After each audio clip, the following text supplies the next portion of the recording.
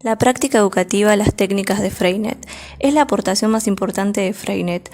Hay que reconocer la deuda de la escuela actual con Freinet y con todos sus seguidores. Freinet no quería oír hablar de método Freinet, sino de técnica Freinet, como procedimientos y actividades de pedagogía popular que impregnan toda la vida de la escuela y que habían sido construidas, experimentadas y evolucionadas en las clases de las escuelas. Freinet huía al no querer hablar de método, es decir, de un esteticismo del estereotipo rígido y ortodoxo de la aplicación de sus técnicas, pero sí planteaba técnicas como algo dinámico. Así las técnicas tenían trasfondo de un nuevo tipo de escuela, de educación y de sociedad. No hay dudas de que Freinet tuvo un aporte fundamental a la escuela para la formación de ciudadanos democráticos. Freinet argumentaba que sus técnicas debían utilizarse como verdaderos utillajes de una nueva escuela y una nueva ciudadanía. En el movimiento de Freinet, lo más importante son los principios en que se basan las técnicas, no la técnica en sí. Las técnicas deben desarrollar la capacidad creadora y la actividad de los niños que por medio de ellas opinan, discuten, manipulan, trabajan, investigan, critican la realidad desde una perspectiva de transformación social.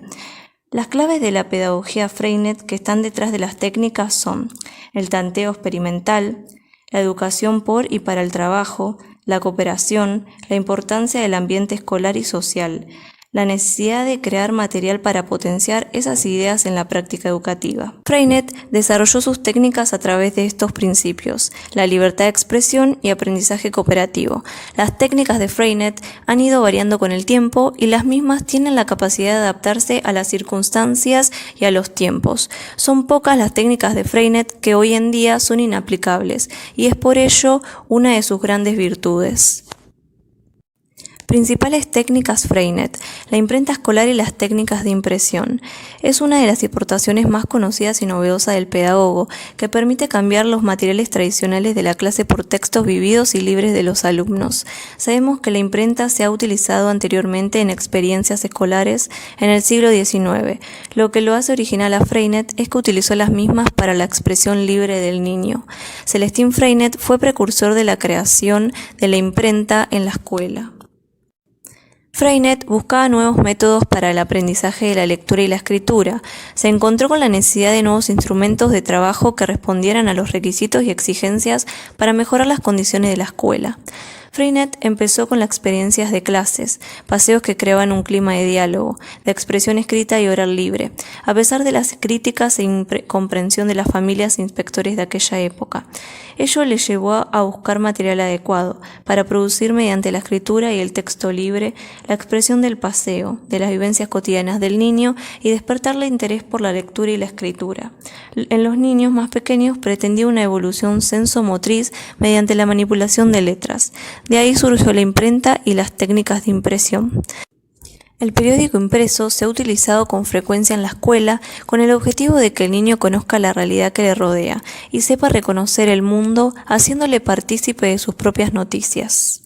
La imprenta escolar consta fundamentalmente de una prensa manual de pruebas, una caja de clasificación para las letras o tipos, unos componedores de metal con tornillos de presión para fijar los tipos y guías de madera para sujetarlos o para rellenar los espacios. El material necesario, además de la caja de imprenta, es un cristal para entintar el rodillo, tinta y rodillo de goma, pincel para lavar los tipos y agua o disolvente. Una vez que se ha corregido colectivamente el texto que se va a imprimir, pasa al equipo de impresión que consta de 3 niños o niñas quienes realizan la labor en equipo, la composición tipográfica y la edición. La imprenta escolar y las técnicas de impresión permiten cambiar los materiales tradicionales de la clase por textos vividos y libres de los alumnos. Lo que producían no se convertía en obligación, sino que ellos mismos se encargaban de producir nuevos conocimientos a través de sus búsquedas e investigaciones. Freinet consiguió cambiar el concepto de escuela tradicional e implementar su nuevo modelo. La imprenta y las técnicas de impresión son una herramienta de comunicación en la escuela. Favorecen la creatividad, la imaginación, la demitificación del libro y el periódico. Potencian la lectura crítica, la cooperación, el trabajo en equipo y la comunicación oral y escrita entre el maestro y el alumno. Si nos preguntamos, ¿qué potencian las técnicas de impresión? Las técnicas de impresión potencian una actividad además de escolar, también social, en la que los niños producen su realidad. Significa la difusión de los resultados de los trabajos de los equipos, dar a conocer o anunciar las actividades escolares o extraescolares, anuncios, investigaciones de los niños. La imprenta es una técnica educativa privilegiada, manual e intelectual. El periódico agrupa a los niños alrededor de una actividad escolar y apasionante. La imprenta ha restablecido la unidad del pensamiento y la actividad infantil. El texto, el dibujo libre y los libros de la vida, la metodología natural. El texto y el dibujo libre son actividades que el niño realiza libremente, es decir, que el alumno escoge el tema que desea. Se realizan tanto en la escuela como fuera de ella. Las composiciones que los alumnos van realizando tienen una corrección colectiva. Se escriben en la pizarra, se leen y luego de la corrección se copian. El texto y el dibujo libre se utilizan para el aprendizaje de la lectura y escritura, para experimentar la naturaleza social del lenguaje y el de una experiencia democrática de tener que juzgar y seleccionar textos. Libros de la vida. Todos los textos, impresos o no, pasan a formar parte de los libros de la vida o el diario escolar, creando una biblioteca en el aula sobre los textos y dibujos que los niños realizaron. La metodología natural. Es una metodología escolar a partir de la experiencia diaria de la vida individual y social del niño. La idea era que los alumnos no solo aprendan los conocimientos escolares, sino que también desarrollen su personalidad, su creatividad y una socialización individual y colectiva. Los ficheros escolares y autocorrectivos. Se confecciona un fichero en el que se recopila toda la documentación recogida de todas las fuentes posibles y que sirve para completar o reemplazar los manuales escolares. La clase de este pedagogo era un espacio donde se iban acumulando de forma cooperativa documentación, como textos, guías elaboradas por el maestro, dibujos, publicaciones, artículos, fichas, revistas, datos, todo lo que sea útil para comprender algo. El fichero es de utilidad para el trabajo escolar, para las conferencias, para ilustrar textos, para fomentar la curiosidad, el interés y el deseo de conocer. A medida que el material se iba engrosando, también se engrosaba la biblioteca del aula y se hacían ficheros como documentales sobre temas escolares, ficheros autocorrectivos de información general, de explotación, de búsqueda de palabras, guías para el trabajo de geografía, historia y ciencia y fichas autocorrectivas. La correspondencia interescolar.